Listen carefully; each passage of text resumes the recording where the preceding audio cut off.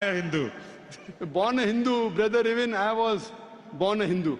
I don't know that I am Hindu. You know what the definition of the word Hindu? Hindu by definition means a person who lives in the land of Indus Valley. The people who live in India are called as Hindus.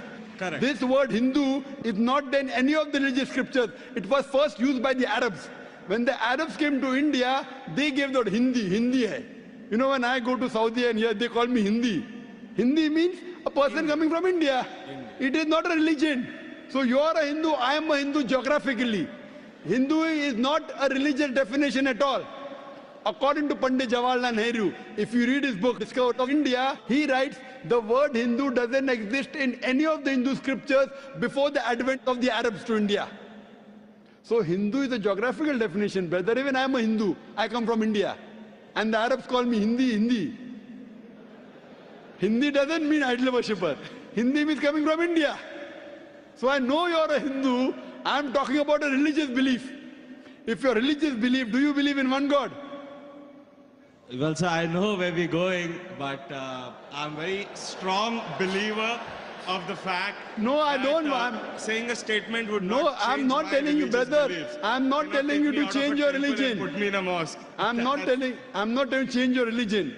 If I ask you, do you believe in God? You said yes. If I say, do you believe in idols? You may say no, then I'll correct you. Okay. So your question is, do you believe in Do you one believe God? in one God? No. I believe in a lot of gods. Okay, we have fine. 33 crore Very good, gods. very good. Now I want to help you. Don't become a Muslim. But I want to help you. Because you are not a Muslim, I want to help you more. Now you said you believe in 33 crore gods. Where you got this from the Hindu scriptures, correct? Now if you read Chandogya... I just heard about it, sir. From to be where? Very honest, Oh, so you nothing believe... is cited. Oh, mashallah. So you believe in anything what you hear. Why don't you believe in what you hear from me? Well, sir, Am I your enemy, brother? I love you. Brother, I love you. Where I come from, it's not that I've just heard it from one person, the way you said it. But yeah, I've heard it from my parents, my uncles, and probably 1.2 billion people in India believe Fine. exactly the way I believe. Fine. So it's not I that disagree. all of us are doing something wrong. I'll correct you. There's I'll something tell which you. we are doing right, which is common between disagree. us, which I believe is Hinduism. I disagree that 1.2 billion believe. I do agree majority of the Hindus believe, not all. I know many Hindus who disagree with what you have said. Because those who have read the Hindu scriptures, where you get this from? From the scriptures. Correct. Anyone says from the mind, if your father tomorrow says 2 plus 2 is equal to 5, will you believe? If your sorry, father, sir, I didn't hear you. If your father says 2 plus 2 is equal to 5, will you believe? Well, not unless somebody corrects me. No, if your father tells you today 2 plus 2 is equal to 5, will No, you believe? I will not believe. MashaAllah, you're an educated man, therefore you won't believe, correct? Now, I'm giving you reference from your scriptures. Okay. And you have to ask your father, in Hindu scriptures, as I mentioned earlier, there are two types of scriptures. One is Shruti, one is Smriti. Shruti means the word of God. Vedas, Upanishads. Next comes Smriti, the Puranas, the Itihas, Ramayana, Mahabharata. If you read Upanishad, the most superior, it's mentioned in Chandogya Upanishad, chapter number 6, section number 2, verse number 1. Ikkam evidityam. God is only one without a second. It's a Sanskrit quotation, brother. Ikkam evidityam.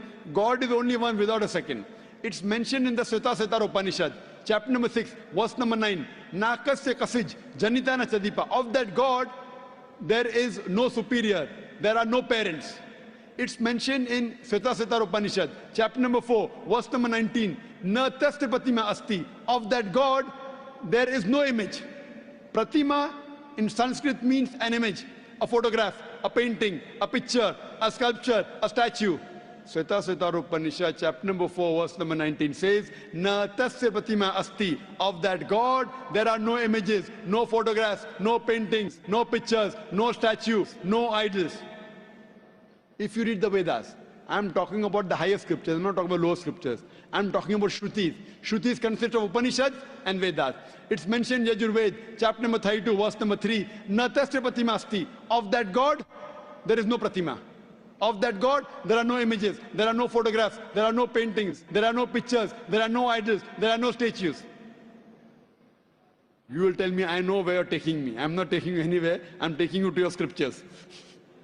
I'm taking you to your scriptures. Fine? That's a different thing. Your scriptures match with the Quran. What can I do?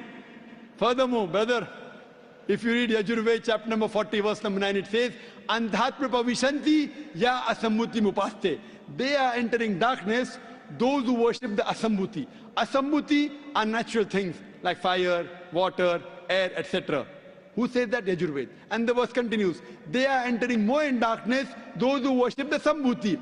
Sambhuti are the created things like table, chair, car, idol, etc. Who says that?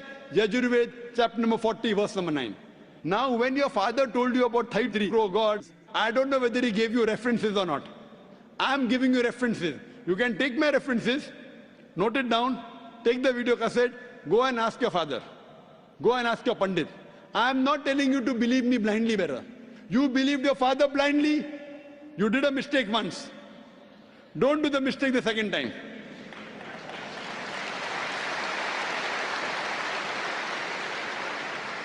If you know where I'm taking you, I'm not in a hurry.